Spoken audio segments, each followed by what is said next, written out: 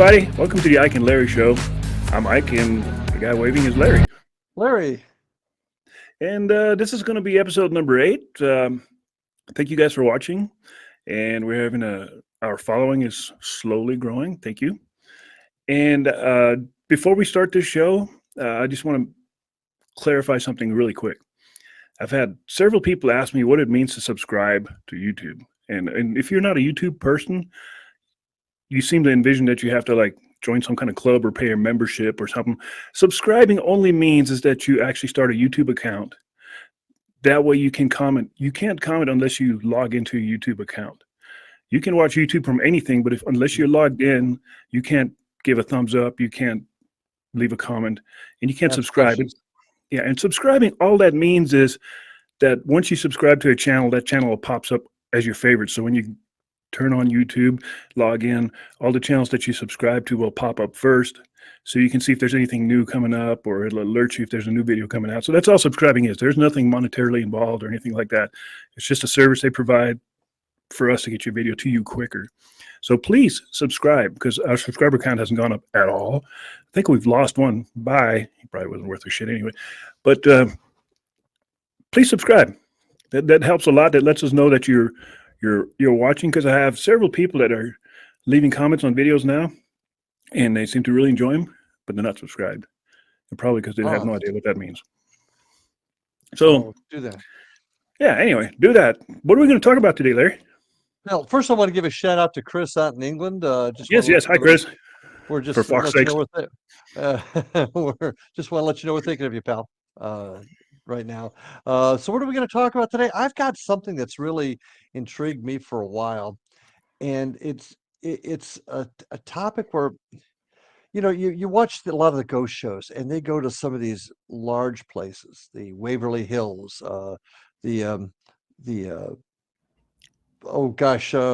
Goldfield Hotel in Nevada. Goldfield Hotel, things like that. Huge places. The axe murder houses. The silly axe murder house. Yeah. What's the other house?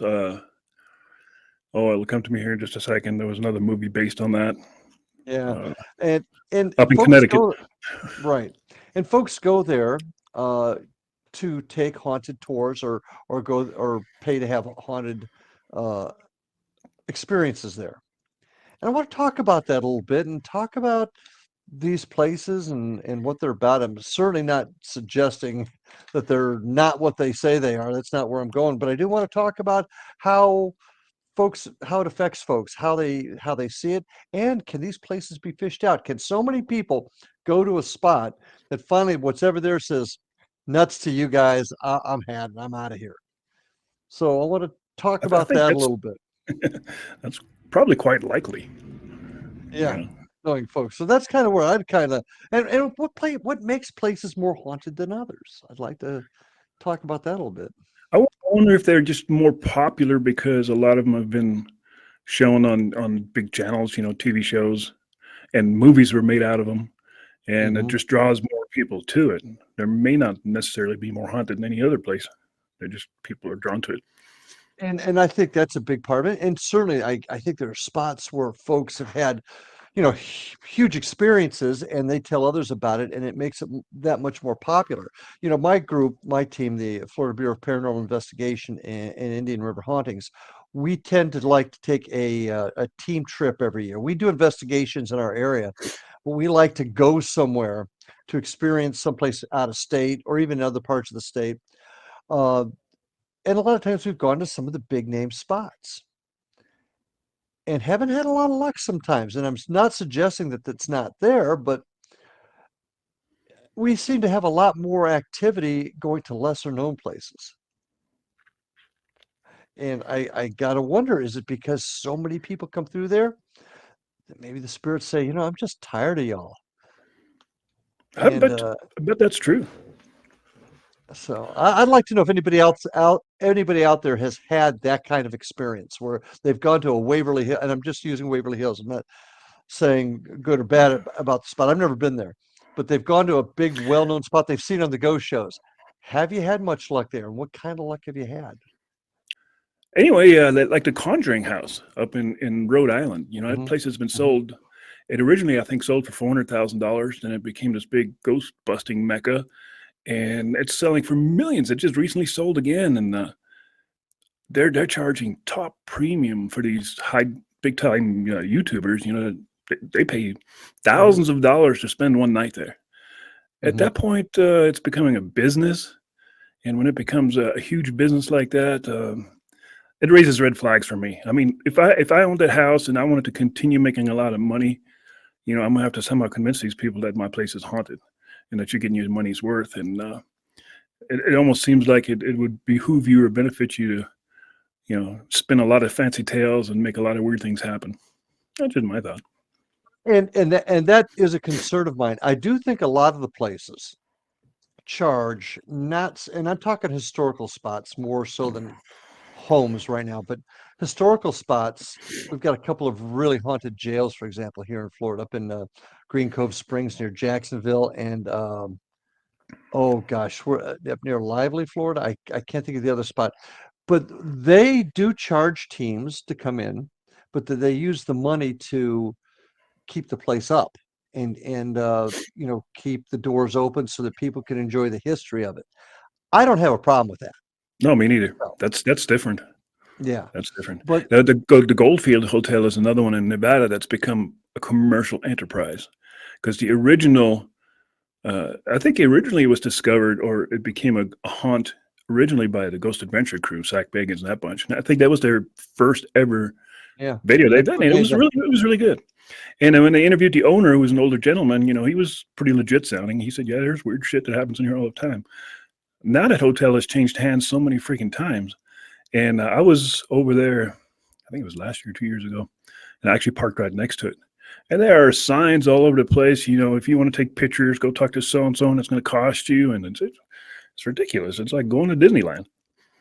But are the proceeds used to keep that historical building up, or is it being done just for commercial purposes? It's just keeping That's the the owner question. and cocaine and hookers. That's all that's for. Ow! Oh Lord. Okay. Moving right along.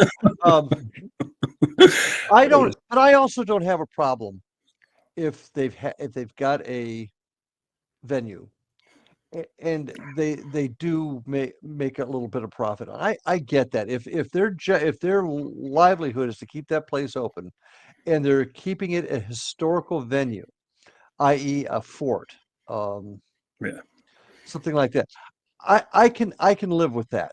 But me the too. problem then becomes when they take it too far and they got to keep it going and then they start maybe adding some things to it, maybe adding some events. And back to your original, actually, we kind of strayed a little bit.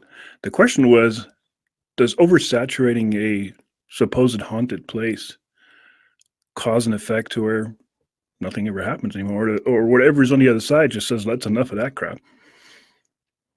And I think maybe part of it might be if it's a residual haunt versus an intelligent or sentient versus non-sentient.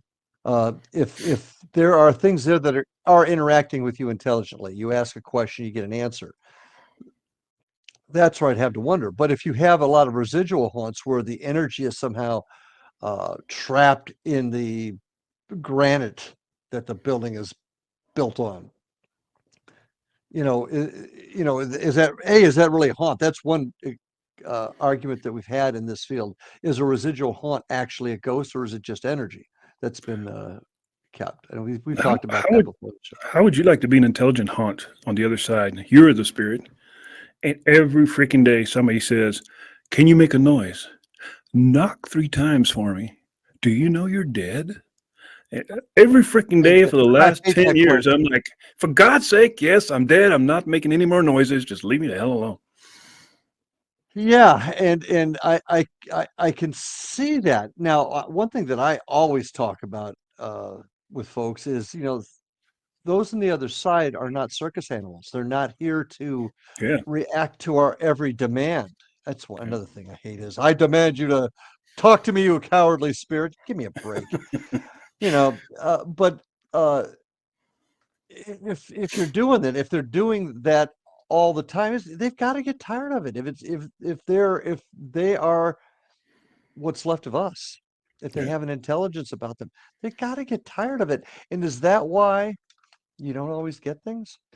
I have another theory on that too, and that's that spirits, everybody gets the mistaken feeling that spirits are stuck in a spot. They died here, so they're going to stay here. I don't believe that to be true.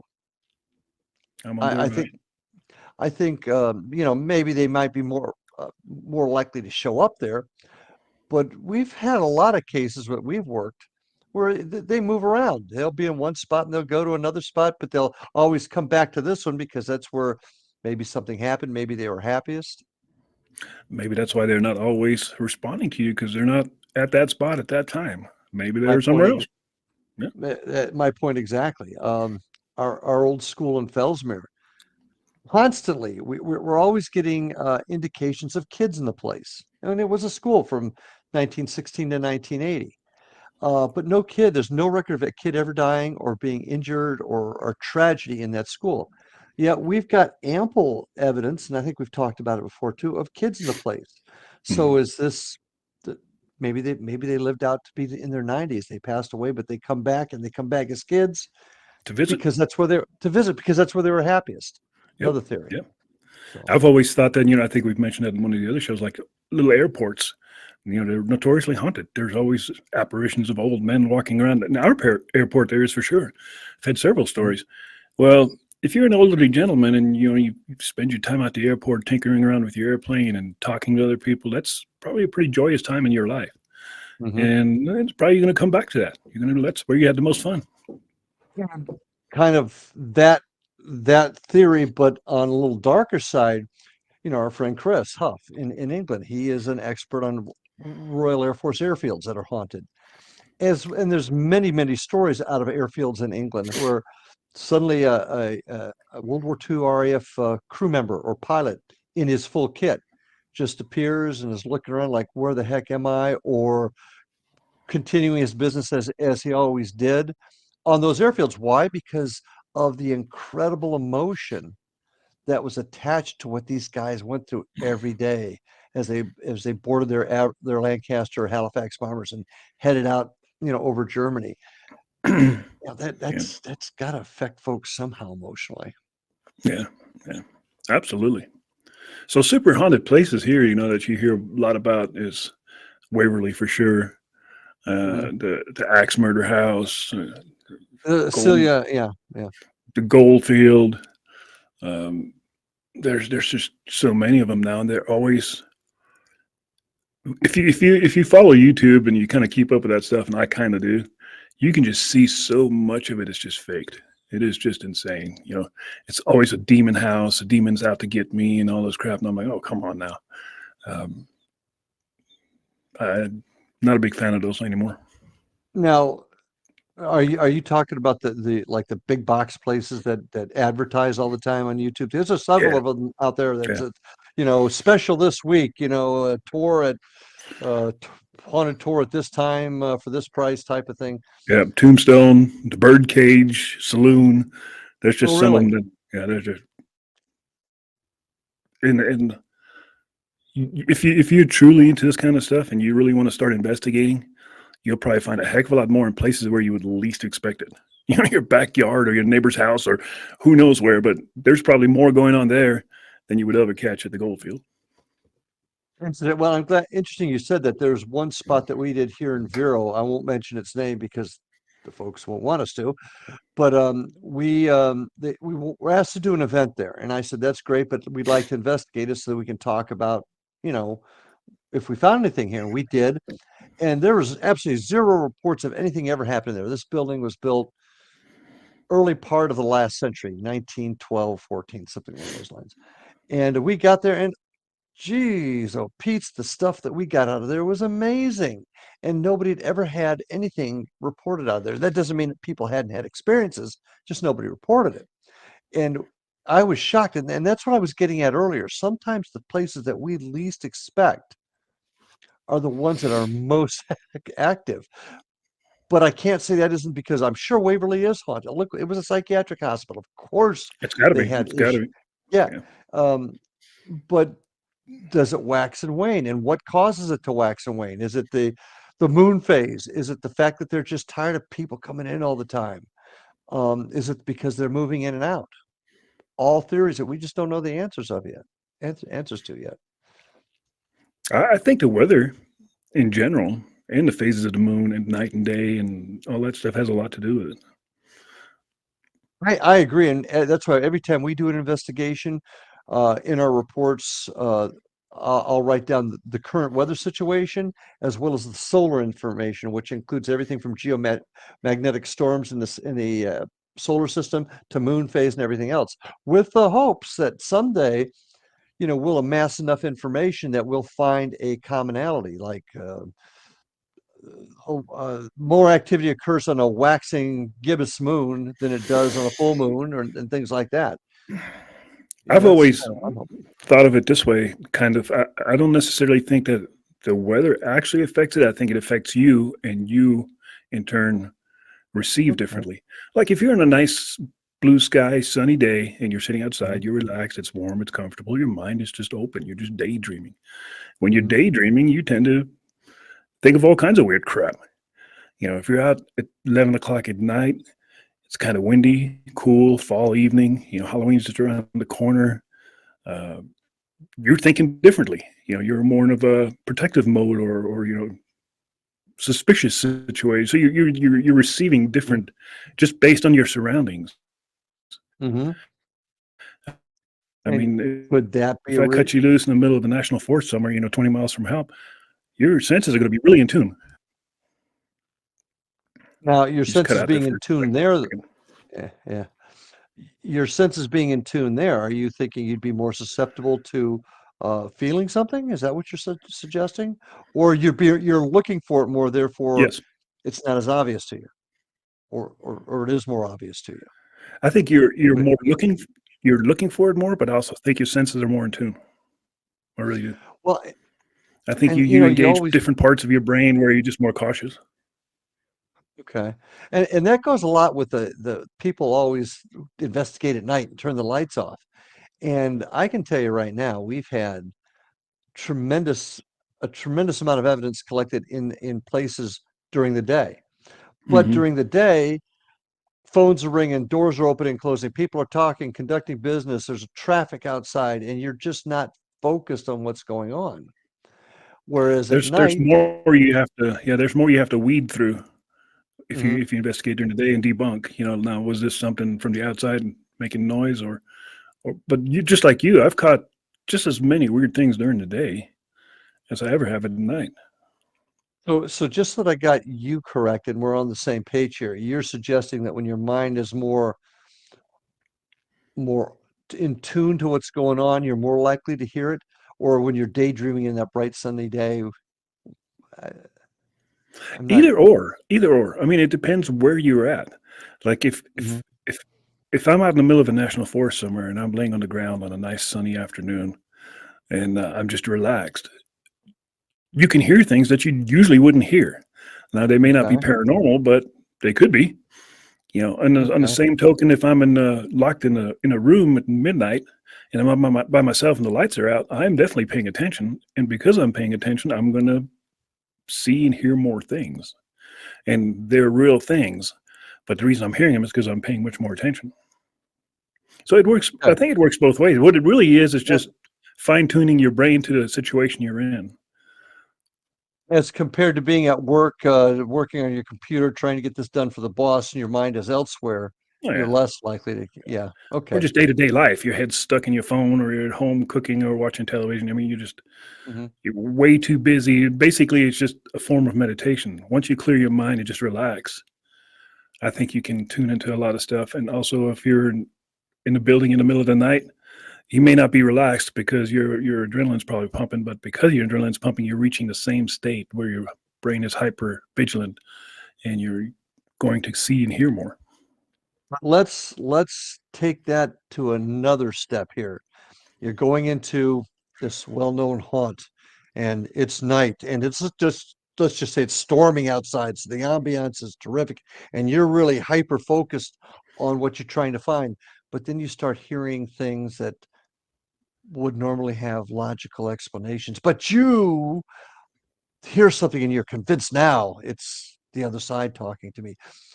Do you think being in that hyper vigilant state, you might be more prone to hear more than you're actually hearing, or just feel like something's happening that's really got a more logical explanation? Am I making sense? I think it's a combination of both because hypervigilant state or just being extremely paranoid, it's a survival instinct. I mean, I think we all have that. And it's Mhm. what it basically does is just fine tunes your hearing and your senses, your sixth sense, and all that stuff. And it's up to you as a professional or what kind of person you are. If you're going to believe everything you hear, then that's what it's going to be. If you've done this in the past, and you kind of weed out what you think really happened or what was really your cell phone pinging in your back pocket that you heard. So, Okay. So to take this once more a step further, if you're going into it with a professional mode of thought, a professional demeanor, as compared to, oh, I'm going to find a ghost tonight, that would make the difference as to whether or not what you're hearing is legitimate evidence versus just something you're wanting to have happen. And I think that's what I was getting at. Do folks want so bad to have something happen? It does, even if it doesn't happen, they think it. Does that on make a sense? yep, on a subconscious level, I think you can almost convince yourself that everything you hear or see is going to be supernatural. And your demeanor has a lot to do with it. If you're doing this for a business, if you have a YouTube channel with 10 million viewers, you have to produce results. So every investigation you go to has to one up the last video you did, and you're going to produce Mhm, results. And it's probably mhm. happening on the same scale for small channels. People like us, we're not world famous, but if I'm going to spend $2,000 and go to Florida and go to a jail and investigate it, I want to have some results. Even Mhm. even subconsciously, I'm going to have results. There's something needs to That's my happen because I point. spent a shit ton of money to get there. So taking this back to, and I think you just hit it right on the head, taking this back to the original spot, can places be fished out, or sometimes are they not as active as others think as people say they are? Could it be folks coming to visit it are so wanting to have an experience they do? And I'd be interested in hearing from folks out there how they feel about that. If you've gone to a spot, a Waverly Hills, what's the where they did The Shining in Colorado? Oh, the hotel, yeah, up in Colorado Springs. Oh my goodness, the old man brain's a terrible thing to have. But did you go there so expecting to have something that it did? When we go to spots, we set up our stuff as if we're investigating any place, and we don't always get things. Is that because we are more discerning about the evidence that we're getting as compared to so wanting to have an experience? And how does that affect us? And how does that affect how the venue talks about being haunted?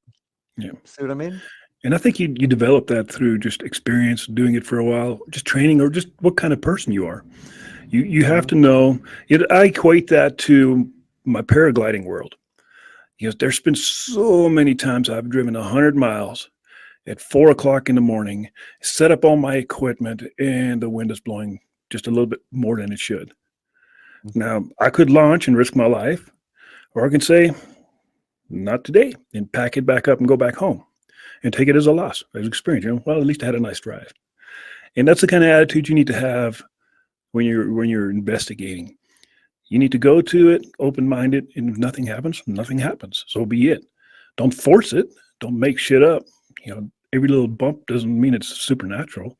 And maybe nothing happened. There's been tons of times I've been in mine country, nothing, nada. Mhm. I think to Mhm. myself, well, that was a waste. But then on the other hand, it wasn't a waste. I was outside. I was hiking around. I got fresh air. I got sunlight. I've seen stuff. So always Mhm. look at the bright side of things. There's two sides to that coin. So then does this come back to a simple word that you and I, as cops, we react as we train? Would you agree with that? Mhm. Okay. So is that the answer to this is better training so that we react appropriately? It depends on the individual person. I mean, better training. How serious are you in this? Are you just a weekend warrior? Are you doing this for a living? Real Are you seeker, yeah. trying to make a name for yourself? Or are you Are you one of the top investigators of the country and everybody's vying to get you for an interview, or you know, or are you just out here to do this because you're interested in because you've lost a loved one and you personally just want to know what's going on the other side? And that's the case. I think most probably I bet you half of the investigators have gotten into this field because they lost a loved one, whether it's a parent or a child or whatever, or a friend, and Uh, they're like, I really want to know if that person's still there. I would agree with you if a person wanting to do this because they want to truly know what the answers are. And it could be they've lost a loved one, or it could be just like my experience. The reason I got into this was not so much because I lost a loved one and wanting to know. It was an experience that I had that I couldn't explain. And being a detective by trade, that's what I wanted. I wanted to solve the mystery, and that's where I'm at today. I'm trying to accumulate information and data that will help me solve the case, Yeah, as I'm in the compared same to boat. just yeah, and I know that about you, and that's different from somebody that's just wanting to have that thrill, All right. and so therefore they go to a spot wanting it so bad that I won't say manufactured. I don't think most people, and maybe I'm being rose-colored glasses here. I don't think most people do it for selfish reasons to be a star. There's plenty of folks that are like that, but I think most folks just want to have that excitement, that thrill. Hence, I call them the paranormal thrill seekers, and there's nothing wrong with that. Then there's other folks that are like you and I. We seriously want to find the answers, and then you got the third level of they want to be the top investigator, have their own TV show, so Right. on and so forth. And those are far, a small percentage of the entire group. I'm certain of that. I agree. The I agree. problem I have is when people pronounce themselves as experts, and that's where you said like training. I can only tell you what I know. I by no means, and I was a police trainer, Well, but I certainly couldn't train you in anything paranormal because I may be as wrong as anybody. I may be doing this there are completely backwards, upside down. So, who there are no would train you? experts in. Yeah, there's nobody here to Well, train you. I don't. I think, and you might, and I think there's training that can go into understanding how equipment works and Yes, how that's a different things must. work. That's I think that training important. But the training I'm talking about is not so much how to see a ghost better. The Mhm. training I'm talking about is mostly emotional, psychological training, understanding. And I've always said this: before you get into this, what understand what your motive is. Why do you want to do this? Identify that. And from that point, you can, if you're wanting to find the answers, then you and I, let's just say we're starting into this and we want to find the answers. Then I think we need to train ourselves to be more open-minded than a lot of cops are.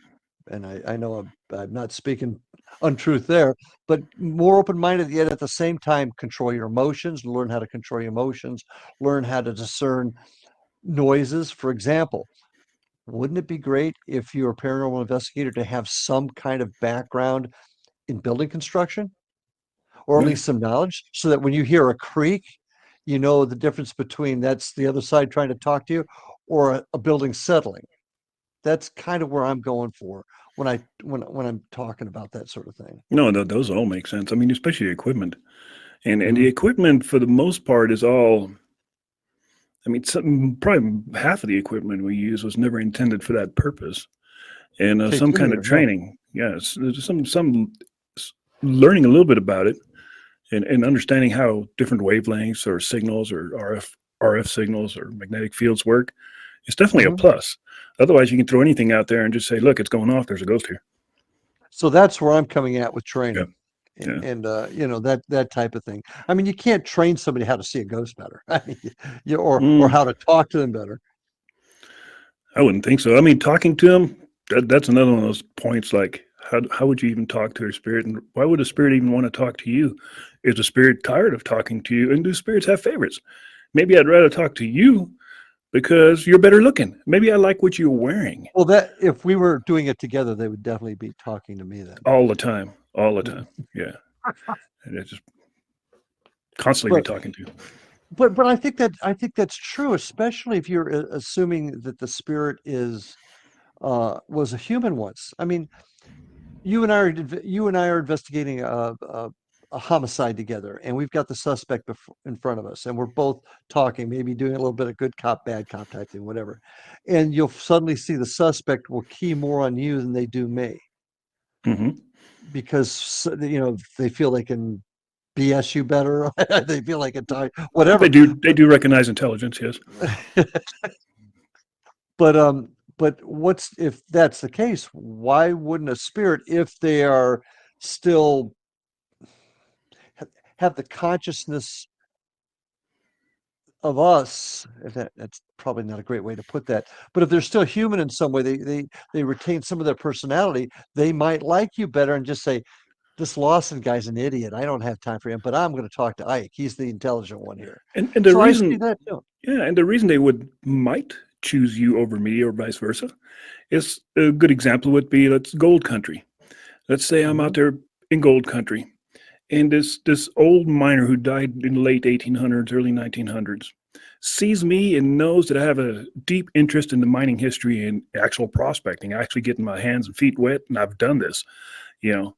And this miner may take a liking to me because, like, hey, this guy, he's like us when we were young. He's doing the same shit we're doing. Versus some guy that came from L.A.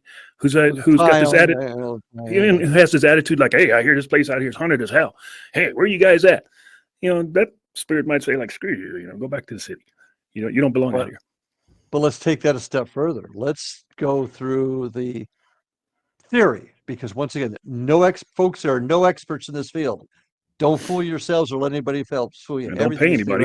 theoretical. Don't pay anybody.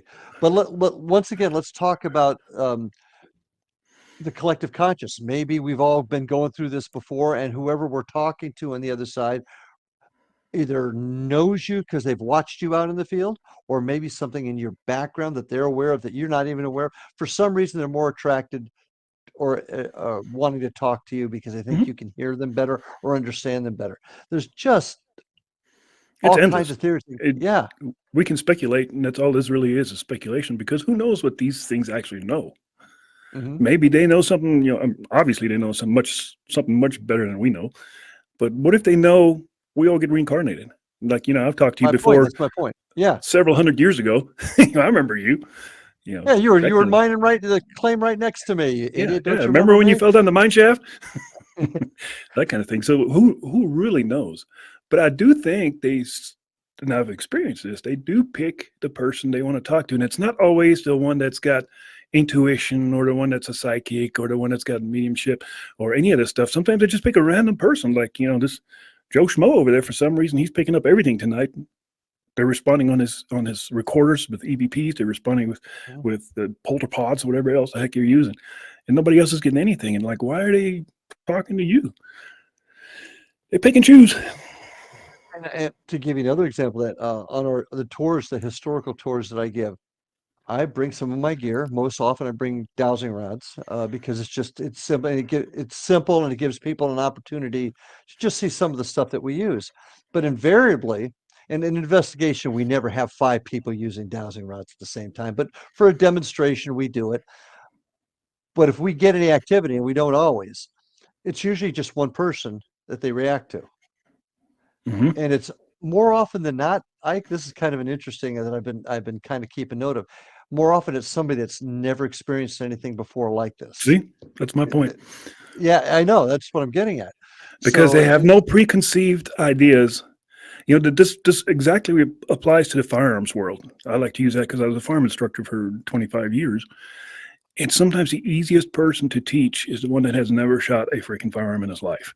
They listen to the instructions. This is what's going to happen, and they turn out to be very good shots. Versus the person that comes in like, I've been hunting all my life. My daddy taught me how to shoot when I was 2 years old, and they come over and the first thing they do is lob around into the ground 10 feet in front of the target. I'm like, they had these preconceived ideas and they thought they knew it all, and they came out with that attitude. Versus your person with the rods, I have no idea what to expect. I don't know what's going to happen here. Is these things yeah, going to shock me? That kind of attitude. yeah, Yeah. exactly. Exactly. So does this translate then into also maybe what happens at some of these big box paranormal spots? Maybe that's why we don't get a whole lot when we go to places like that. as compared to somebody that's maybe not, and I'm not certainly not suggesting we're any better. I don't mean that, but maybe just because we do it and we've got more of a system of doing it as compared to somebody that's brand new, maybe doesn't do it all the time. I don't know. Maybe, and Yeah. maybe the other side knows that you know all this stuff We don't and know nothing. No, we don't know nothing, but we just do it more often. well, they know you're more experienced with it and you have, experience with what's been going on, and maybe they don't want to talk to you because of that, because they don't want to be in depth that far. They don't want to be discovered that far. They'd rather screw around with a person that has no clue. Yeah, well, that would definitely be me. That's why you Ba-dum-bum. always. But that's You're kind taking of all my weird. limelight. These are my lines. Stop stealing my lines. Sorry, I'm sorry. But that's kind of an interesting thought then. Because I've always wondered, are we even supposed to know what's going on? Are we even are we given just enough to tease us, but then they stop? So therefore, if you've got somebody that's really trying to figure out some answers, they're less likely to talk to us after a while because we're not supposed to know, as That compared would to a that would person. make yeah, that I, would make more sense if we were living in a simulated life, I think, because who would regulate that? I mean, the Christian would argue God. God keeps you from knowing the truth, but that's only a small percentage of the population. What about all the other gods and the hundreds of gods and the 5,000 gods that the world has had since God? Uh, but if you're living in a simulation, there could be a computer program that just says, "Okay, you hit the edge of that one, and that's where it stays." take the red pill or the blue pill. Yeah. Yeah, yeah. But I've But thought of that often. That that's there's a only so much. Yeah. yeah, and that's a big thing now. I'm hearing also people are wondering if this is all a simulation. Are we in the Matrix? I don't think I abide by that, but There's yeah, many scientists that are leaning this way, and the big time I've scientists. I've been hearing more about that, but they don't have any concrete proof. It's all theory, just like everything else. It's all theory. Hmm. Um, but you got to wonder. I mean, you attach that also to folks, and we've spoken about this once or twice before, the Mandela effect, where Hmm. people are experiencing different things. Is that because there's a glitch in this matrix? Well, the theory behind the Mandela effect was the CERN super collider in Switzerland, France area. Mhm. That giant super collider that smashes atoms at an incredible speed, and that was never done previously. And they think when they fired that thing up for the first time, it created a bunch of small black holes, and it altered the uh, timeline for a lot of things. Uh-huh. And I was really into the Mandela effect because there's some of them that absolutely, in my mind, I'm like, there's no way that this has ever been this way in my past. It had to have changed. There's a ton of them, and there's a lot of people that see it the exact same way, like Looney Tunes. Tunes used to be Toon, and now it's spelled Tune. I'm like, no, it was always. I remember the double O's. Yeah, it was. I remember the double O's too from. There's a bunch of there's just literally hundreds of weird Mandela effects, and maybe I'm wrong on every single one of them. But there's a pretty good chunk of the population that remembers it exactly like I do, and I'm like, I'm not so sure how I feel about all that. I'm not sure how I feel about that one. well, There's they certainly. said the boson particle that they discovered when they first fired up the CERN super collider, which they termed the God particle. That's the beginning of life atom, or it wasn't even atom. It's much much smaller. And now they're getting ready to build another one, a super collider that's like 3 times the size out in that area. What are these people doing? I mean, much like the Manhattan Project, when they fired up the super collider, they weren't really 100% sure if they weren't just going to create some kind of tear in the space time continuum and that's the end of the world. They weren't Well, 100% sure. yeah, and they showed that to great effect in the movie they just had, Oppenheimer, where Hmm. they weren't so sure that if they set this atomic device off, that it wasn't going to create a ripple that would rip the fabric It, of it, time apart. it was just going to destroy the atmosphere. It was just going to continue fusing, Yeah, fission yeah. fusion. And it was just going to continue burning up the atmosphere in a heartbeat. You wouldn't even know what happened. Mhm. But with Yeah. the collider, it's the same thing. When they first turned it on, they actually proved that black holes exist, and they created black holes at a micro level that burned out right away. But they weren't 100% sure if this wasn't just going to create one giant black hole and suck everything in, gone. And now they're going to build a bigger one. I'm like, what are you people after? At one point, you need to just like leave, let sleeping dogs lay. Good. You found the particle that probably created everything. Now, what else you want?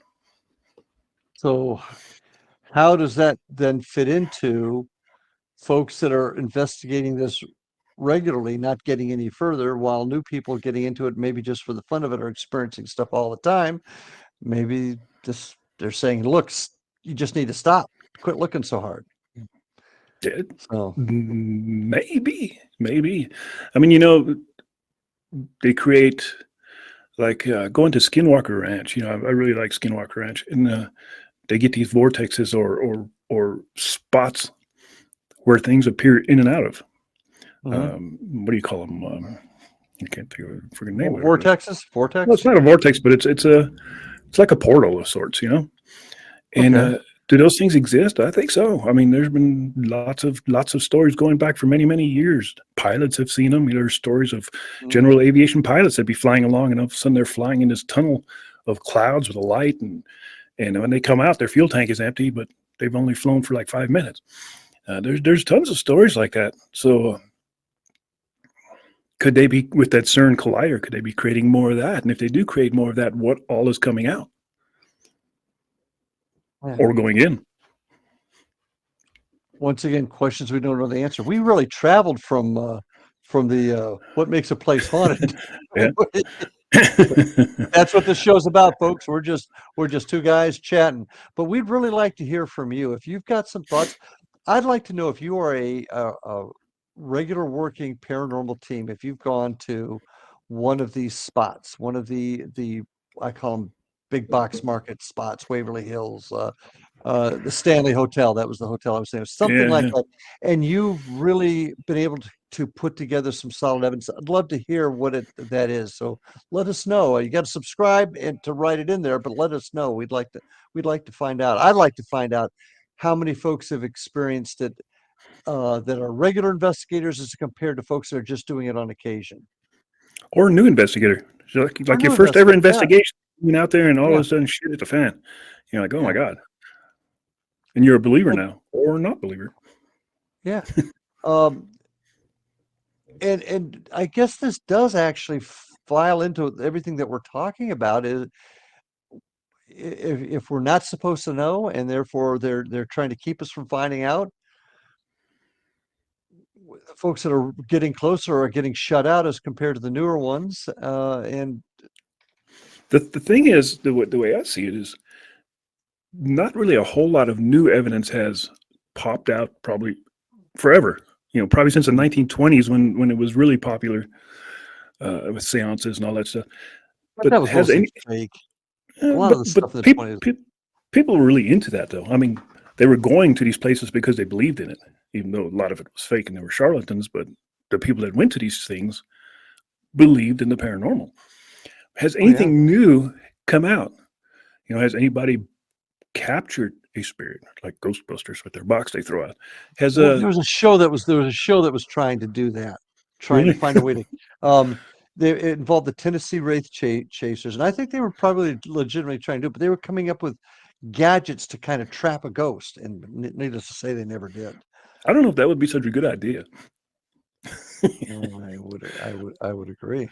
Because once again, what are they capable of? Because I know they exist. You know they exist. We've all experienced it. I mean, we label them ghosts, but we don't really know what the heck they are. And what are they capable of? Do you really want to piss one off to the point where you imprisoned it in the box?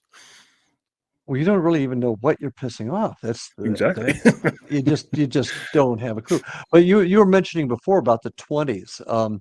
There was a house in actually it became a house, but it was built as the very first town hall in Sebastian, Florida, in 1913. And a lady bought it and was renovating it. She became friends with my daughter, who was a Sebastian police officer at the time. Got us together. We've done some very successful investigations in there. But one day she comes to me and says, Larry, I found this when I bought the place, and I've been meaning to give it to you.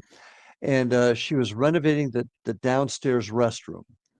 And up in the rafters, she found a magazine. And the magazine was from 19, in fact, I got it right here, 1927. I don't, Oh, that's cool. yeah. And you can see how it's all eaten up and Yeah, stuff like that. It sat up in the rafters for probably 60 years.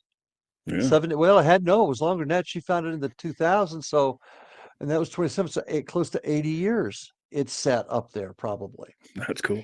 Uh, but what that says is, folks, you're right. Folks were interested back then, and let's face it, they've been interested in this. Folks have been wondering about this for centuries. And that goes back to my earlier kind of point I made is the reason it goes back centuries is because people want to know what happens to their loved ones. It's hard to Or deal themselves. with. It's hard to deal with the fact that this person is lifeless all of a sudden that you've lived with all. It's just gone, and it could be just a coping mechanism in our brains, but we kind of want to know, is there something else out there? And every culture in this world, everybody from the Mayans to the Incans to the Egyptians to the Oh yeah. Sumerians, they've all had their rituals for dead people where they are supposedly going someplace. Because you want to Well, know, look at the pharaohs that died in Egypt. They buried them with all of their belongings and gold so they could take them with them through the to the other side. Absolutely, this has been going on. And I don't think it's just wondering where your loved ones go either. I think a lot of folks worry and say to themselves, is this it? Is yeah. what I'm seeing in front of me all it's going to be? Is there something after? And I think that's a motivation too. Well, and So, it's a logical motivation because what is our point? Is our point only to eat and procreate? Is that the only reason we're here on this earth? Is just to have more of us and eat food? What else is the purpose? I mean, what's the intelligent design for us? Is it to invent technology and slowly destroy this planet? Is what exactly the meaning of life? The oldest question there is: why exactly well, are we here and what are we doing? Are well, we different let's than a go. bird? Well, yeah, let's go back to some of the basic life forms on the planet. Earthworms, they make baby worms. Yeah. That's all they do, and there's no, obviously they don't. There's no brain thought there to speak of. A lot of animals moving up the line. We talked about this last time, how intelligent certain animals become up the line. What's causing that increase in intelligence? And then you get into the question of what is a soul? What is your conscience? Mhm. What is it? What is it? Just something manufactured by the chemicals in our brain, or is there something that is perpetuating us? Are we, and you said it yourself, are we different than a crow? Crows are pretty smart though, but you And know, is your conscience separate from your brain? You would think it is because it's just all electricity. It's all electrical impulses and synapses going on inside your head. mhm. What started that, and what's making it work?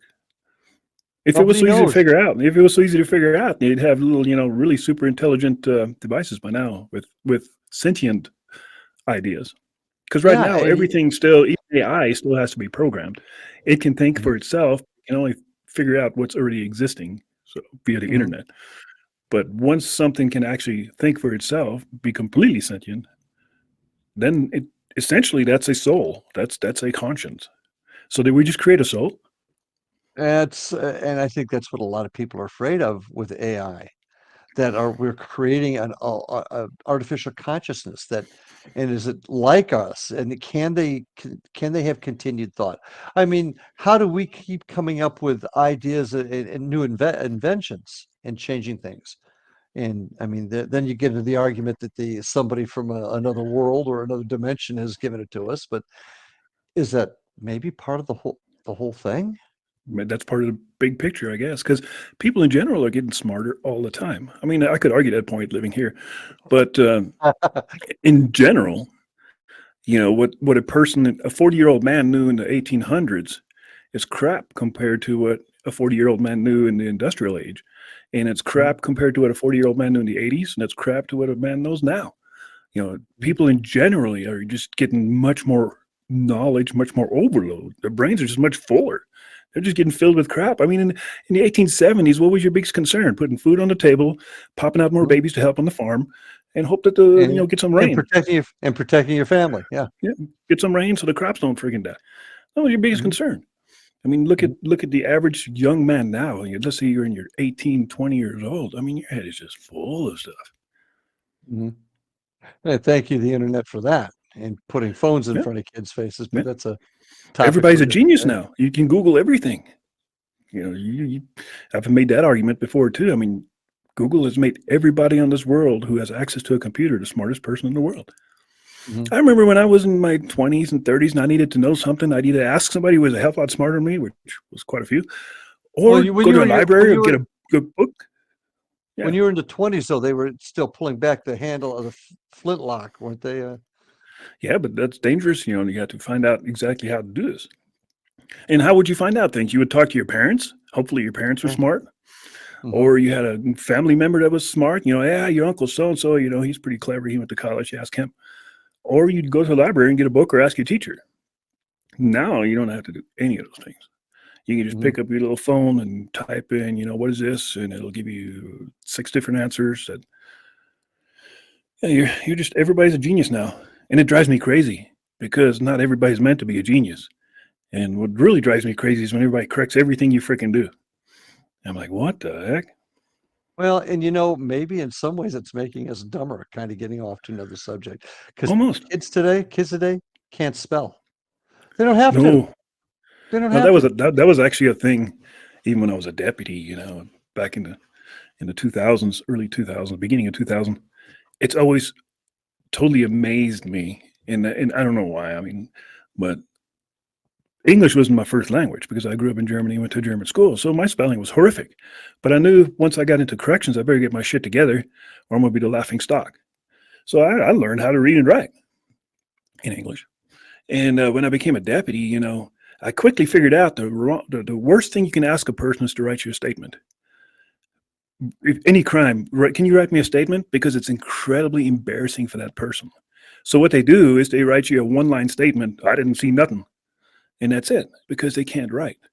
So once I became a sergeant, the next instruction I gave out immediately was record their statements. Please don't ask people to write anything because it's a grown ass man in his 50s. He might even be a business owner, and you're asking him to write a statement. He has the literacy of a first grader, and he's not going to write shit because he's way too embarrassed. And he's not going to ask you to write it for him.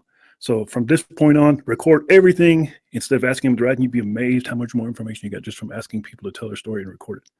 You could actually see the relief in their face when you walked up at the clipboard and they were expecting to say, "Can you write down what happened?"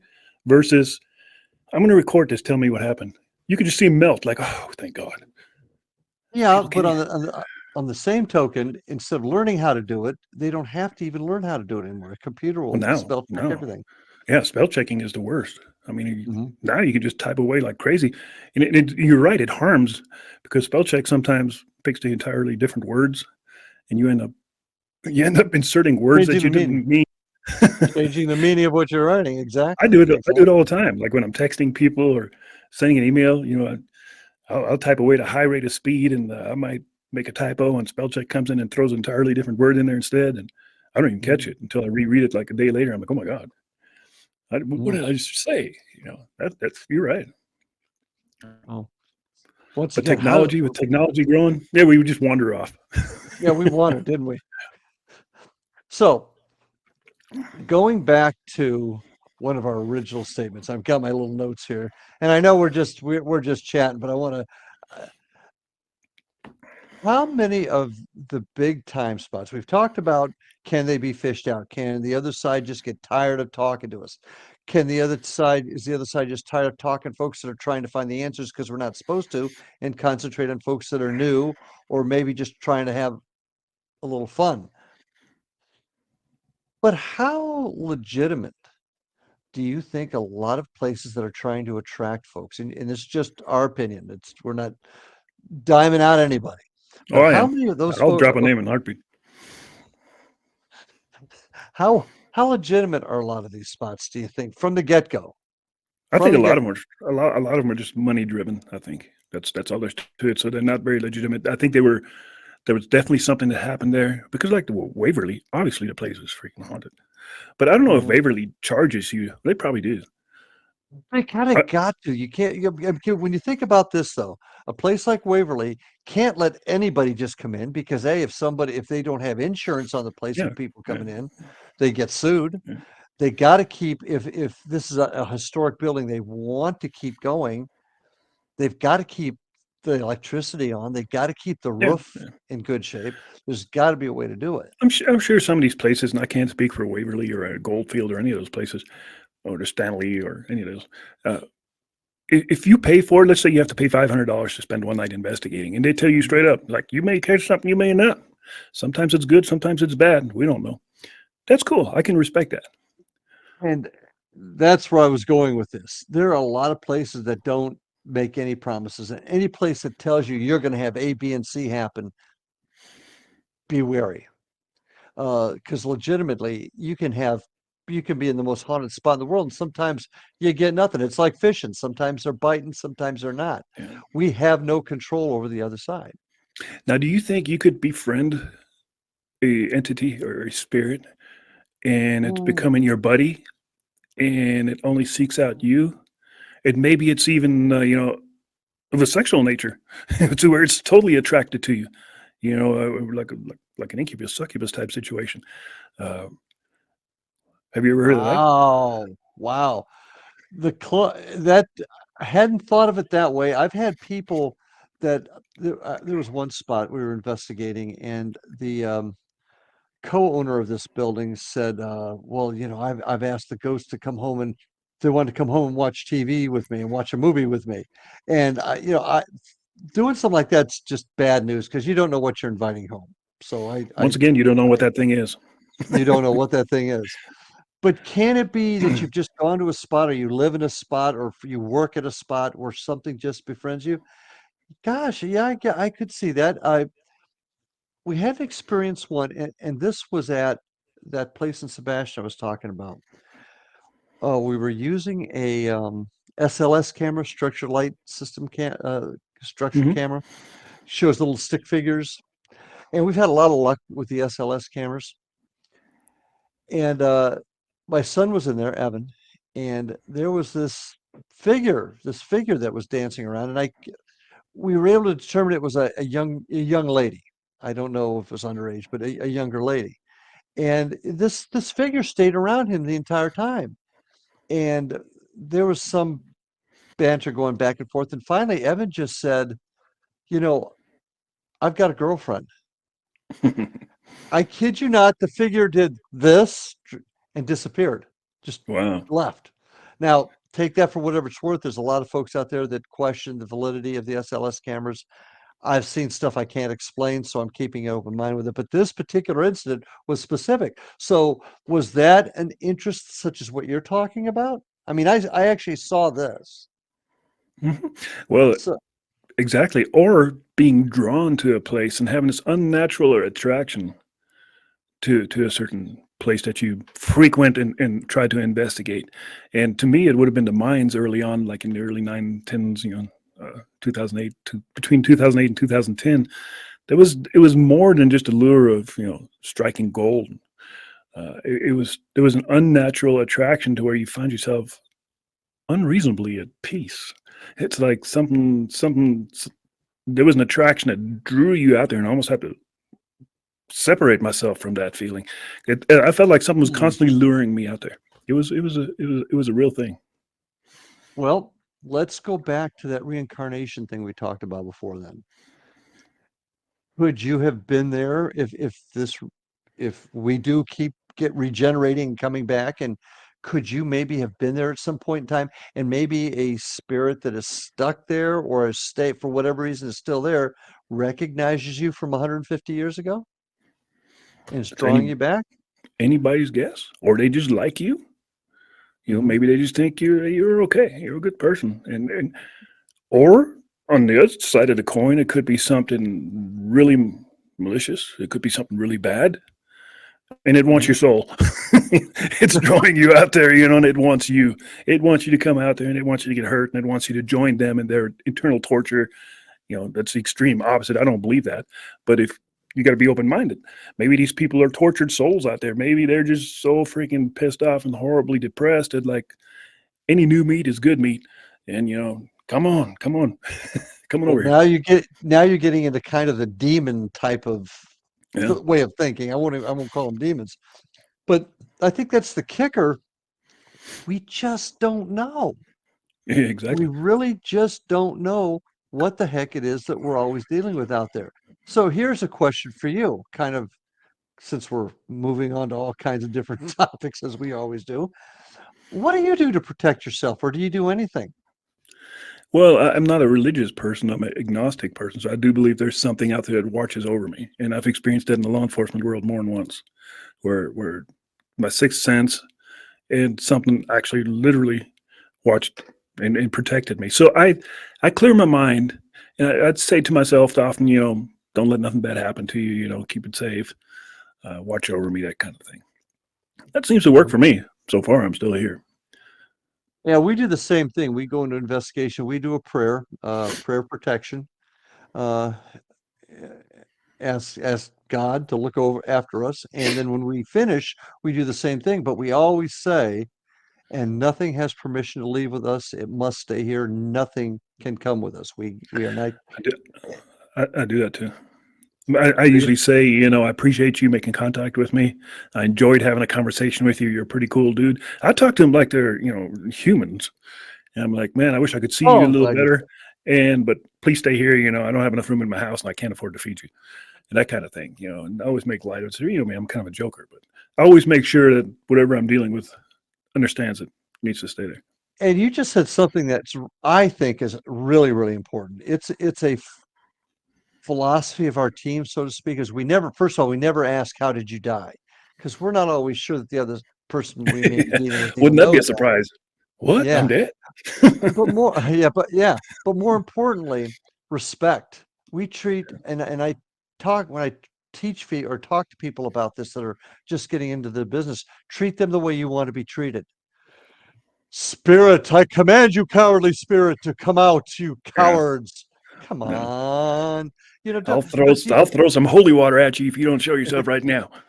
yeah, Yeah. and No. there's folks out there that do that, and Yes. uh, I think talking to them as if you and I are talking, like just like you and I are talking right now, is the true answer. Treating with respect and just treating them like they're nothing It different. produces more results. I mean, if you're into this and you're investigating, that produces a heck of a lot more results than going out there and being a total ass with them. Yeah, yeah, because I don't think that accomplishes, and that goes back to one of the original topics of today is why are some places more haunted than others? Maybe there's uh, just the spirits that are there or that normally contact folk there are tired of people telling them what they should and shouldn't do, or demanding they do certain things, Yeah. or treating the venue with disrespect. Yeah. Oh, Um, yeah. Yeah. That's horrible. well, I'll tell you Start another stealing story. stuff. Well, and you'll read about that sometimes where folks will go into a venue and they'll trash the place. Yes. There was a spot in Florida that we were going to do an event at. And I contacted the folks there, and they were rude to me up front. Absolutely not going to do it. And I'm like, oh, okay, well, we were just checking. But then the person calmed down and says, look, here's what happened. And they talked about a well-known group had come in there to the spot and walked in there and treated the staff like dirt, like subservient, treated the venue poorly, demanding, and then left everything a mess. And Yeah. this spot said, "Never again will we authorize something like that. No offense to you, but just not doing it anymore." Um, so not only does that ruin it for us, but how does that affect what else is there also? That really rubs me the wrong way right off the bat. When big time, movie actors or stars or anything like that come and just demand respect. I hate that. And then, the old school teaching in law enforcement was you don't have to respect the man, you have to respect the bat or the office. Right. Uh, that's bullshit too. Because I've known a lot of people that have gone through the ranks all the way to the top and they were as dirty as hell. So why would I respect either or? you know? So you Yeah. decide how you want to be respected. And if you're going to come into a venue and start trashing things or pocketing things, because that you hear that a lot too. They Hmm. keep little knickknacks. That was happening Oh, at the state yeah. pen. That was happening at the state pen in New Mexico, which is notoriously haunted. And for a long Mhm. time, they were letting in. I never got to do it, although I've been there. I worked there. But afterwards, after it closed, I've gone there and showed my friends. I gave them a tour in a crazy, scary place. But they were giving tours for probably a year or two, and there was so much looting going on in these Mhm. tours. People were stealing everything that wasn't bolted down as a little keepsake. They stopped. They just rent it out to movie sets. And I've heard of that recently too, where people and they're bragging about it, and even selling these mementos on eBay or whatever.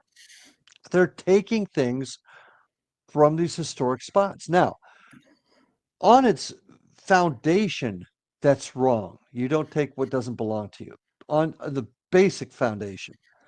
But then you worry about what your actions are doing to hurt other people that want to come in.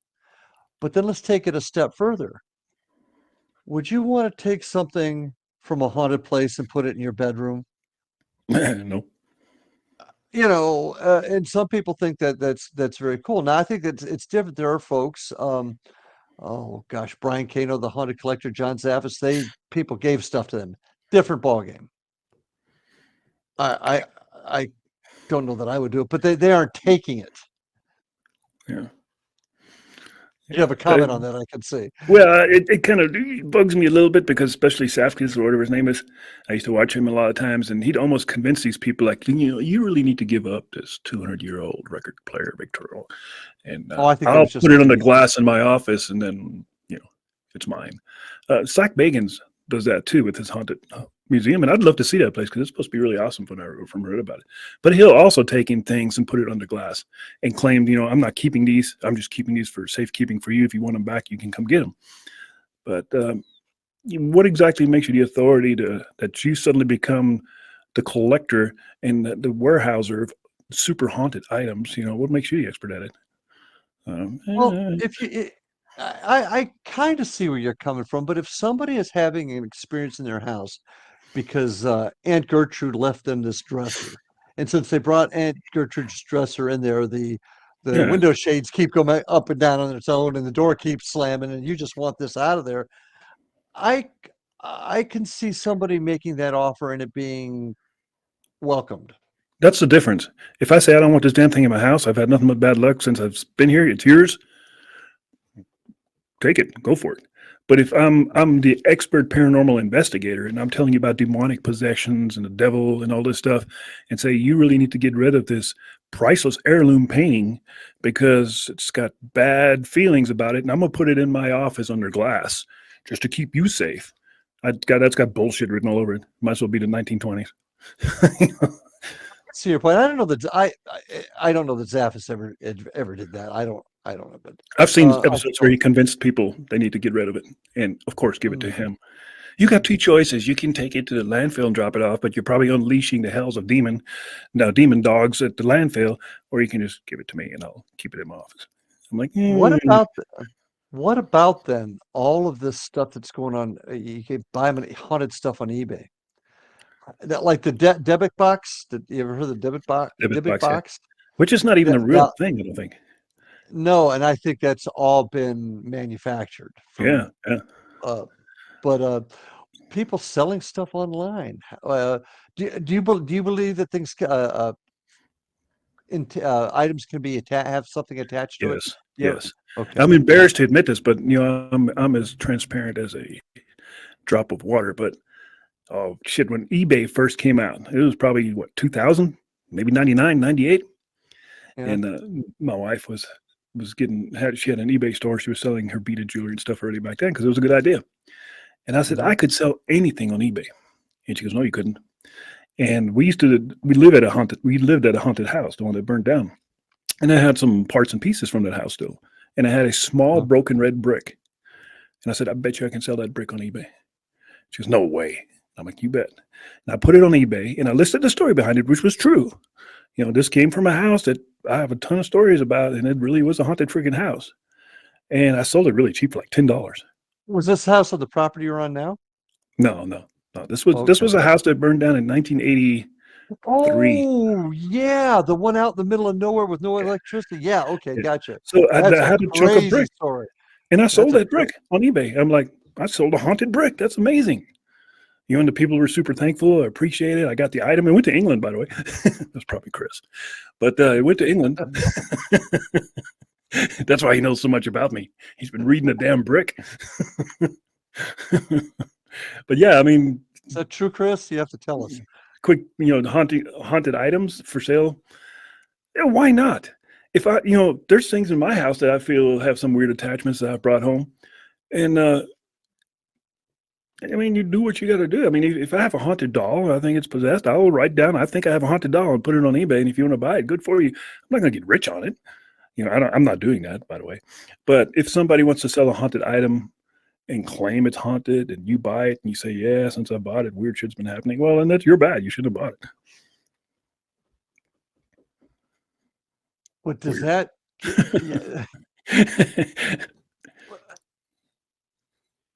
I forget really the real reason I asked or brought that part of it up, but it does beg another question. Selling stuff like that, is that ethical? Why not? Because there's I no experts. There's no expert that can tell you it's really haunted or not. I would not do it. I can tell you right now. I ain't buying something on eBay that somebody says is haunted. Okay, If it is, if I had Right. a B-17 in mint condition sitting in my yard, that damn thing's haunted because it's probably wiped out, so many crews on that thing. And I'm saying, Larry, you're a billionaire. You can afford this thing. I'm selling it to you, for whatever price. You're going to buy it. B-17. Yeah, Oh, because yeah. because it's a historical piece for one. It's Yeah, exceptionally rare. okay. And chances Okay. are the sucker's haunted as hell. Okay, you got me on that one. You got me on the B-17. Okay, you Well, a got me. doll collector will feel the same way. This weirdo that's got a house full of dolls, and he has this chance to buy a haunted doll. You don't have a house full of dolls, do you? But you have a chance to buy a haunted doll. You're probably going to go for that one too. So, like, yeah, Okay. I don't pick or choose. That doesn't really matter. If you want to buy something you think is haunted, because half of it, 99% of it probably isn't haunted. Just some person selling shit. I would buy the B-7. I wouldn't buy it because it was haunted. I'd buy it because of B-17. But it's Oh, me too. Me too. interesting. And now you got me thinking about haunted aircraft and And, aviation and ghosts and airports again. well, Got me putting what that else way. has haunted a lot is trains. There's been a lot of train tragedies. I've Trains heard exploding, that. trains burning, derailing. There are train wrecks, especially out here in the Southwest. Freaking trains crashed all Yeah. over the place. Yeah, and ships. I mean, we've got haunted. I think we talked about this a couple shows Yeah, ago. yeah, yeah. We got some haunted ships that off the coast here that people see on occasion. We got the Bermuda Triangle. It's like, yeah, I guess here's a good question then. Is that an attachment? How could somebody see a haunted train, a train that doesn't exist? How can that come back? And I'm trying to That's think of weird, huh? well, there's a train story, and I can't remember the details at all. And I can't even remember what part of the country it is, but people will hear it and see it, and then it'll disappear. We'll have to And look it up for the next episode. yeah, we'll look that might be something haunted modes of transportation. Maybe be our next episode. Yeah, We'll bring that up, folks. yeah, So, definitely. What was I going to say right now? I just lost my train of thought. You and your damn haunted train shit. Okay. So what I was going to talk about that's what I was going to say. Next episode, also, I want to throw in like a 1-minute story where I think the paranormal or the supernatural has saved my bacon in my career. It's not a ghost story. It's not I've seen some boo-hoo-hoo, but where someone intervened, whatever it was, that kept me safe. And I can think of 3 of them right off the bat. They're really fascinating stories and yeah, make absolutely no sense at all. And I think next episode, each one of us should probably tell a short story of how you think something intervened in your life. And it doesn't have to be in the line of duty. It could be, whatever you were doing. You were going to get on a bus, and then you said, well, I'm going to catch the next bus. And then that bus crashes and catches on fire. yeah. That Okay. kind of thing. So, and then another thing I wanted to mention on this episode, and I just remembered now, is, we talk a lot about being cops and retired cops and trained as cops. You don't have to be a cop to be an investigator. I mean, it helps us because we are cops and we've had some training in it, but there's a lot of people that are very intelligent, and you don't have to be a police officer to look from the sky and say, that's definitely a damn agree. UFO. There's some really intelligent people out there, and there's a lot of people that have equal training in different fields that could Hmm. make them really, really good investigators. So don't be put I off by like, agree. oh, these fucking cops, all they think is cops this, cops that. No, that's just because that's what we are. You know, you, Yeah. Yeah, I agree with you. you can I do whatever. totally agree with you. Yeah. And the one other thing I wanted to talk about is I've been recently watching the newest season of Skinwalker Ranch, and I like it because it's Is the new season out? in season 5. I think it came out. I'm just getting it now because I got Hulu, so it probably Okay. came out last year, but it's the latest season, and it often makes me. I see things that I would do differently, not Mhm. because I'm a freaking genius, but maybe I'm just thinking outside the box, and I've been accused of that a lot of times. But certain things they never follow up on, and I want to know you as a cop, Larry, and me as a cop. And if we go through these episodes, and I'm like at episode 5 or 6 right now, and what would you do differently if you were hired to work on that on Skinwalker Ranch, and you're just like a Yeah. technical advisor, part-time investigator with the crew? By the way, I looked into if you want to get to the truth of anything, always look at their net worth. Everybody on that show, from the loneliest bottom feeding security guy that's there to the top of the food chain, are all multi millionaires, which blew me away. I knew who Bigelow was. I knew Fugel was.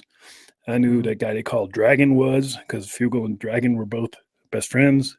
But Yep. everybody else, Dr. Taylor, Oh, obviously Dr. Taylor, he's yeah. got a PhD, but he's worth like 19 million. Everybody, including the ranch hands and the people that live on the ranch, that are supposedly just the caretakers, the husband and wife, Mhm. are Yeah, yeah, all yeah. worth 8 million plus. That's Really? interesting, isn't it? That is interesting. So these Hmm. poor ranch hands driving around in their little busted ass pickups. Yeah, I don't think so. But things I would do differently is and it bugs me a little bit because Taylor is a scientist and the other is a scientist. Whatever happened to proving the scientific method? They see something happen, and then the episode I watched last night, as they once again they're into rockets. They constantly shoot freaking rockets, but they shoot this rocket and it supposedly bounces off something 35 feet off the ground, some kind of light Well, that anomaly is they an old catch on a one. high That speed is an camera. old one. Yeah. Yeah. There's a light anomaly the high speed camera catches, Mhm. and it Mhm. blows up the rocket 30 feet, and they're jumping up and down, high fiving each other, and says, "We found the Holy Grail." This is it. How about doing it again? Yeah.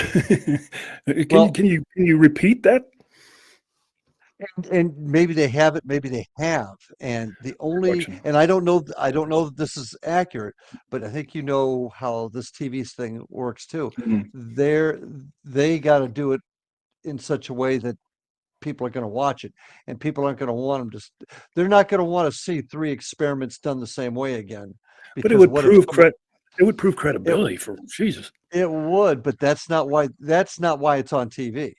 Yeah. So the helicopter's up at 5,000 feet, and all of a sudden, it's like, oh my God, the wind is blowing. It's pushing us backwards. It's a 35 knot Yeah. wind. Uh-huh. You know, there's apps on your phone there's one called Windy. I use it for paragliding. The entire world, you just pick your location, and it'll tell you what the winds are doing at increments of 10 feet. And do winds change directions all the time as you gain altitude? Constantly. You can have between 10,000 and 50,000 feet, you can have the wind do complete 360, 7, 8, 9, 10 times. It Mhm. doesn't just come from the same direction all the time. So is it unusual for a helicopter as it's climbing up? Suddenly it gets windy, especially when you see virga, which are rain clouds that aren't hitting the ground off in the Mhm. distance, which I've spotted right away, which create all kinds of weird wind. But is that so unusual? They're jumping up and down like, oh my God, the wind is blowing the helicopter sideways and it's 35-mile knot and it was calm on the ground. I'm like, there's a freaking thunderstorm like 2 miles away from you. What do you want? That's not unusual. Nothing You're paranormal. you're you're suffering from this disease of actually knowing. A lot of people don't, and I I hear what you're saying, but when it comes to TV production, they're going to do what they need to do to make the show entertaining. Yeah. They may be doing and I don't know if they are or they aren't, but they may be doing some extra experiments out there that they're just not. End up on the cutting room floor. Yeah. Here's one thing that bugs me along those lines too. You ever watch Curse of Oak Island? Yeah. I stopped watching it because, it was the same thing every time. That's getting better. I got to say, it's getting a little bit better. But there's one thing that's bothered me to this day. they made a huge deal of finding bones, and this I'm talking going back 5, 6 seasons now. They found some bone fragments at the bottom of one of these drill holes they went down. Bone fragments, bones. Nothing. We've heard nothing about it since. Nothing. Hmm. That would be huge. I mean, they could they extract DNA? What could they find out? Could they through DNA? Could they nowadays they could extract DNA and do historical Yeah. genealogy. I'll get it out. Maybe to find some connection. Yeah. Um, and there's a lot of things you see in these shows that they're excited, they jump up and down as you say, and you hear nothing else about it. Now, see, and I understand the whole production thing, and I know that producers sometimes don't really know their Yeah, ass from anything else, because I've experienced that. But the Skinwalker Ranch is supposed to function differently.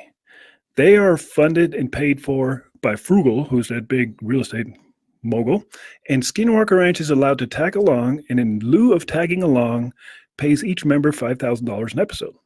They're not supposed to have any kind of artistic rights or decide which way the show is going to go. really. And the whole crew is supposed to decide what gets aired and what doesn't get aired. And if they're failing to air, simple follow-ups, because they're doing the same thing they did with what you were just talking about. There's so many things they do they never follow up on. You never even hear from. Like, what happened to that? Where did that go?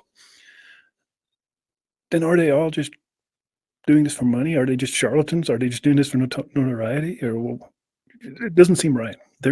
I still enjoy watching it. It's very entertaining, but it just drives me crazy. Follow up on stuff. Simple Well, things. Come on.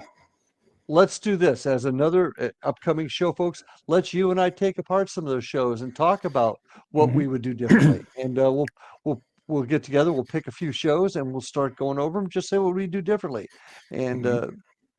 might be interesting. Yeah, I think it'd be a good idea. Because, Okay. like I said, producers, when I was in the police world, like I think I've talked about before, I've had a assistant director ride with me for 2 days when they were Huh? filming Suspect Zero. And it's incredible how naive and out of touch some of these people are. The first thing the assistant director complained about when he got in my car is I have too many firearms in my car. I'm like, well, that's too fucking bad. Because I had an AR-15 and a 12 gauge Benelli right next to each other in racks next to me. And there's Yeah. my backup gun in the door, the Glock, Yeah. the baby Glock, and then my Mhm. duty weapon. And the first thing he said, is it really necessary to have all these firearms? Is there a place you can secure these? I'm like, you gotta be fucking joking me. You want to ride with me or not? You're But out in the middle of nowhere. We're backup maybe 30 minutes away. No, yeah, you'd he was incredibly offended by it. And now I'm sure everybody's thinking, yeah, he's some liberal Californian. The dude wasn't from California. He was from the Midwest, some damn place. He's just out of touch with reality. And then well, folks. another movie I actually got a little part in. I was a lieutenant or captain at the time, and they were shooting a movie inside the PD in the cells, and they needed an extra body. And the producer, some little Asian guy, comes up to me and goes, "Hey, you want to be in a movie?" I'm like, "Hey, chief, can I be in a movie?" And he's like, "Yeah, go for it." So they call me out to the trailer, and they dress me up in a different uniform, and I'm wearing a sheriff's department shirt. It's some kind of Nevada County sheriff, but I'm wearing a shield. And the producer was a female, or the director was a female. I call her over. I'm like, "Hey, this ain't gonna work." Sheriff's department on one side, and I'm wearing a municipal badge on the other. I'm like, "What's the difference?" I'm like, "Really, lady? Come on, get your shit together." And she goes, "It doesn't really make a difference." I'm like, "It does make a difference. Anybody with any kind of law enforcement knowledge understands that there's a distinct difference between the two. We do the same job, but one's a municipality, one's got the star. It's the sheriff's department." So she finds a star and puts a star on me, and she was bitching about everything. No clue how law enforcement works. And she's directing a Yeah. semi decent movie. I guess it was called Bear. I don't remember what the hell, as in bare naked type spelling. And Look that up. yeah, if you'll see me in there, it's a it's almost embarrassing. But one of the And females, if it's embarrassing, I'm gonna find it and bring that up. but that really pissed those people off because one of the lead actresses was like a niece or something from Priscilla Presley, so she was pretty famous. And my scene was just she was in the cells. My job was to open up the cell and walk her to the front door. And I was like, "Are you ready?" I'm like, "Ready, action." And I walk up to the cell. I open up the cell, Okay. and I noticed her belongings are in the cell with her. She has a backpack in there with her. And I'm Uh-huh. like, I stopped for a Okay. second. Yes. So, was this about a free-spirited female drifter that leads a Yes. melancholic? Yes. It did? Ha! Look it up, folks. I'm gonna watch this. Shut up. I'll give you a full report next time. Anyway, I kind of hesitate a little bit, and the director's like, "Cut! And what's the problem?" I'm like, "She's got her backpack and everything in her cells. We would never do that." She goes, Uh-huh. "Why not?" I'm like, "Oh, for obvious reasons, you know." So she directs somebody to take the backpack and lean it up against the wall outside the cells. And scene two, I walk up there and open up the cell. I tell her, "Let's go." Or no, I tell her, "Follow me." Cut. What did you say? I said, "Follow me." I'm like, "Well, you're not supposed to talk." I'm like, "How am I supposed to convey to her she needs to follow me then?" We need to mic this guy up. So they run a big microphone through my shirt and everything else. So I could say, "Follow me." It was just a clusterfuck. It was just like, you people have no idea what that would do. And then later on, I found out that if you're an extra and you have speaking parts, and if you do this more than 3 times, they have to enroll you in the Screen Actors Guild or their union Oh, and really? pay you for it. 'Cause I wasn't getting paid for this. It was a Yeah. voluntary thing. So they didn't want me talking. But I'm like, "Well, am I supposed to point on my lips?" Like, it's not how it works. So I It can't was watch hilarious. a cop. I don't like watching cop TV shows because normally the procedures are they just you're right, they don't know what they're doing. But do not watch a war movie with me either, Oh, especially involving aviation. I'm like, I none of my friends, my family will watch a war movie with me. yeah. The only ones that are 100% true all the time are firefighter movies. And I'm saying this because you're a firefighter friend. Spanky, he's doing that for you. 100% true. I am okay. I am. How long is this movie? Is it 2015? Does that sound about right? Yeah, probably. Oh yeah, we're gonna. I will have a full report to you about his movie debut I next was so embarrassed next. about that movie, I never told my sister. And out of the blue, like 5, 6 years ago, she calls me and goes, "Hey, I just watched the movie and I think that was you." I'm like, "What movie did you watch?" She goes, "No, I know that was you." Did it have fun? Did it have funny music and really bad dialogue in it? It You is. know. It's not one of the best movies. She liked it. I only watched it once, and I'm like, "Yeah, it's not my kind of movie." But my part of it is probably like 15 seconds long. Oh, Although most of oh, it is shot in Moriarty, and there's oh, another one of the really? PD officers that's in it. But yeah, it was silly. So, how the hell do we get off on that? I have no clue, but Unbelievable. great way to But end this one. But anyway, we will talk about the ghost shows and the paranormal shows of all kinds, and we'll tear them apart from a cop's point of view. How about that? and insert a story of how you think the supernatural has intervened in keeping you safe Mhm. sometime in your life. And like I said, it doesn't have to be a police thing. It could be when you're in freaking school and you're about to get your ass kicked by a bully, and suddenly the bully fell over and had a heart attack. I don't know. I'm just making this up, but it could be anything. Yeah. All right. Okay, and we're going to Got talk it. a little bit more about how we would probably handle some investigations differently, aka Skinwalker Ranch or any of those shows that are prominent right now, Sounds prevalent like right now. winners. So stay tuned. Now that you've got a preview of what next week's going to be, tune in and you'll hear some good stuff. Maybe, or just completely avoid next week altogether if you're not interested in this stuff. And once again, I got to say, we're out of time. We don't have a time limit, but I'll try to keep it within this time. Subscribe to YouTube. Very easy. Just go to Google, type in YouTube. YouTube pops up. Like and subscribe. And when YouTube pops up, it says on the top right corner, there's a little picture person. Click on that person. It'll say start a YouTube account or something like that. Absolutely free. Doesn't cost anything. You don't get tracked by the Chinese or anything like that. You're probably already being tracked anyway. But click on that. Sign into YouTube. That way you can get notified. And when we say subscribe, that's so you get notified every time a new video pops up. When you like, it makes us feel better. It strokes our egos. So a lot of good things. A lot of good reasons. Right. All right. Gotcha. I get off on a rant. Anyway, yeah, because we just like talking to you folks. We love talking about this stuff. And if you like hearing what we're saying, let us know. Right. Exactly. All right. We'll see you next week. Same time, same place for episode number 9, I think, next week. So Thank you guys for watching. See you next time. Thanks. See you next week. Bye. Bye.